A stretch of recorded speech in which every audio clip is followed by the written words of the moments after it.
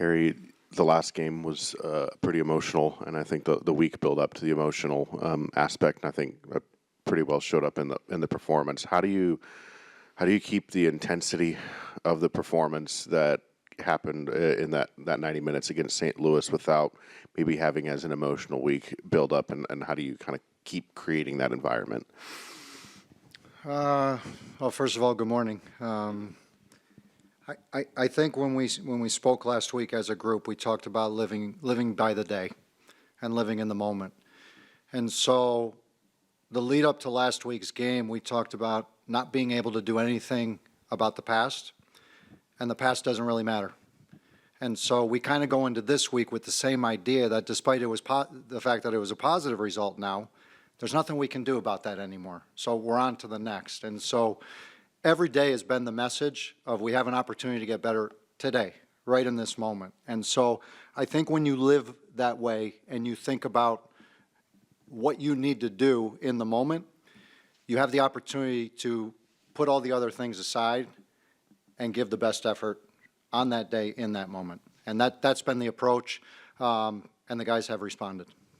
It seemed like you guys had a concerted effort to get the ball to Manu. I know earlier this week you said, that's why you brought him here, was for the passes that he can play and to get him into that spot. What changed in the, not like changed maybe tactically, but what was the focus on how to feed him into those spots? Well, I think we wanted him to even go deeper in the game, to get the ball early, even though he's best suited right underneath in the final third.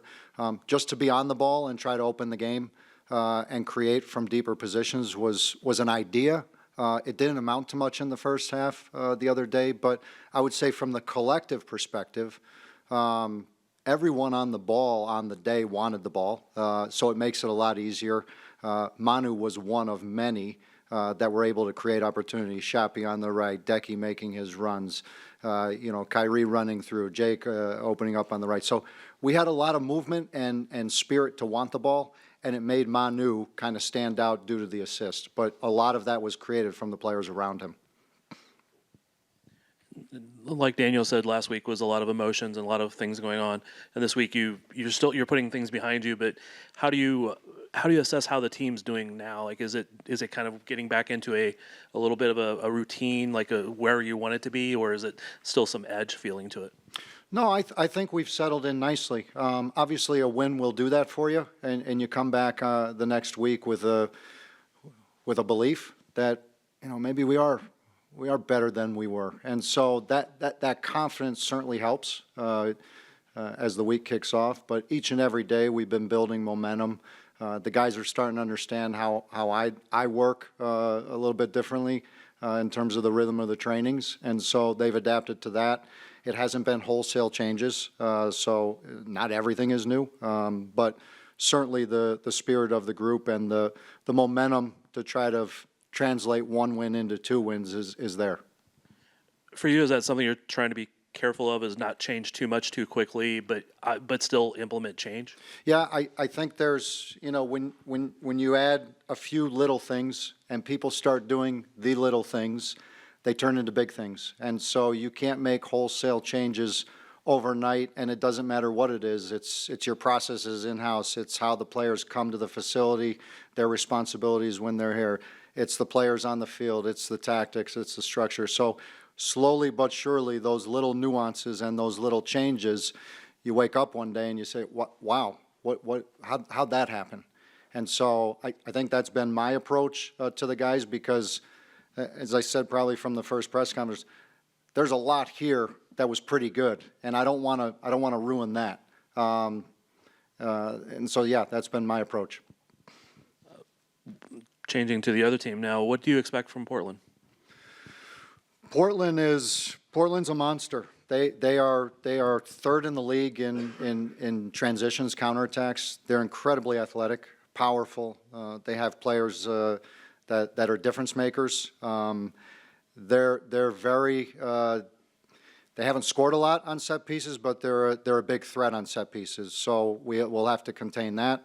Obviously, their speed and power is a concern if you don't take care of that. And so I expect a very physical game, a dynamic game, one that we'll have to earn the right to play in, and that'll be a good one. I want to talk a little bit about the sequence that you guys had building up to that first goal against St. Louis. It was like, I want to say, all 10 players out in the field touched the ball. It was like over a minute that you guys held the ball for after that throw in. It feels like that's something you guys have focused on, even when Peter was here for a long time. But was there something different about this buildup? I mean, I know you guys have had a couple throughout the season that have worked out this way, but can you just talk a little bit about like that approach? Yeah, I told the guys before the game, I thought the game would have been decided in a moment of 3 passes or less. A lot of games are, and this league and these games, especially a rivalry game, is predicated on turnovers and transitions. So we got the second goal off of that. I believe it was in a rebound off of 3-4 passes. So that was a quick attack. This one had a little bit more patience, and it took us a long time in the game to get to that moment. And so I think you have this balance in terms of a sense of urgency to go. You're at home. You want to attack, but also understanding that you have to set up that moment for it to be realized. Sometimes it takes 5 minutes. Sometimes it takes 60. Sometimes it takes 90 plus. And so I think that play showed a little bit of the patience that we had in the game, so particularly in the second half. We created a lot of goal-scoring opportunities, but it was a matter of wearing the other team down, and it wasn't just mentally wearing them down. It was how we played the game that we had more at the end, and that's a great sign.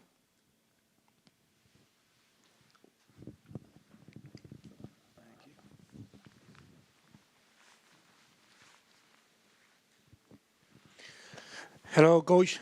So you just told what do you expect from Portland. So my question is, what do you expect from your team? I hope and I believe that we will come with a very similar approach in terms of our mentality, the energy, the concentration. We have to get better in our organization, and that's a process. I believe there's every team in the league has aspects that they're working on within their game. But if we can take the same energy and approach and concentration and add a little bit more belief, creativity in these moments and build on that performance of last week, it means we're trending in the right direction. So one game is one game. We do want to build on it based on all the good things, but we also want to correct some of the things from the last game. Kerry, taking over for about a week and a half now, from a tactical standpoint, the things that you would like to implement, how much have you seen the guys kind of react to that and take it? And going forward, do you feel like it's building into something that you would like to see? I do, and I know that's premature to say. It's been such a short amount of time. But I do believe, based on the trainings and how they've responded to that they and we are moving in the right direction of becoming a better version of ourselves. And so it's not going to be perfect. We're not going to win every game. But if we get better little by little, and we give the energy and we have the right attitude and mentality, it's really all you can ask for as a coach. And so I've been incredibly pleased with the group from that perspective. I do want us to be a little bit more organized and be able to manage the 90-plus minutes in a better way, because that's what the best teams of the league do. They have experience, they have maturity, and they know how to manage the moments. And that's going to be our opportunity to see if we can realize that.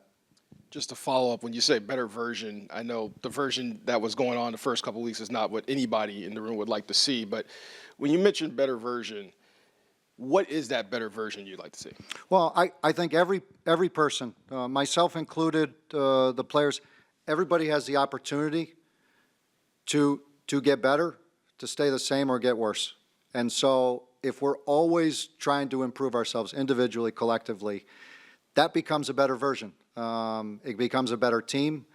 They start believing not just in the process, but in themselves. And so when you have that, you create those special moments. And we saw that in the last game. It wasn't perfect, but we had a plan. We worked very hard to try to execute that, and the outcome was special. And so we're going to try to do that consistently if we can, knowing that we will fall short at times. But that's the better version, is the pursuit of excellence. Good morning, Coach. As an interim head coach, how are you balancing maintaining the team's establishment, identity, while implementing your own vision and leadership style? Good question. I think I've been preparing for a role like this for a long time, and so my ideas and how they transmit on the field, I feel comfortable and confident that I can convey them. The identity of this club over its history is a proud one, and I do want to maintain that. Culturally, we've been exceptional. We've had multiple championship seasons, which a lot of teams in this league can't say. So I do reflect heavily on the identity of the club, the culture of the club, and want to double down on that. It's one of the reasons why I stayed here, because of that incredibly strong foundation. But now I have an opportunity to put my ideas into action, and that opportunity is an incredible privilege, and I'm humbled by it. And so that balance, along with inspiring a group of great people in this club, has been an honor, and I'm looking forward to building on it.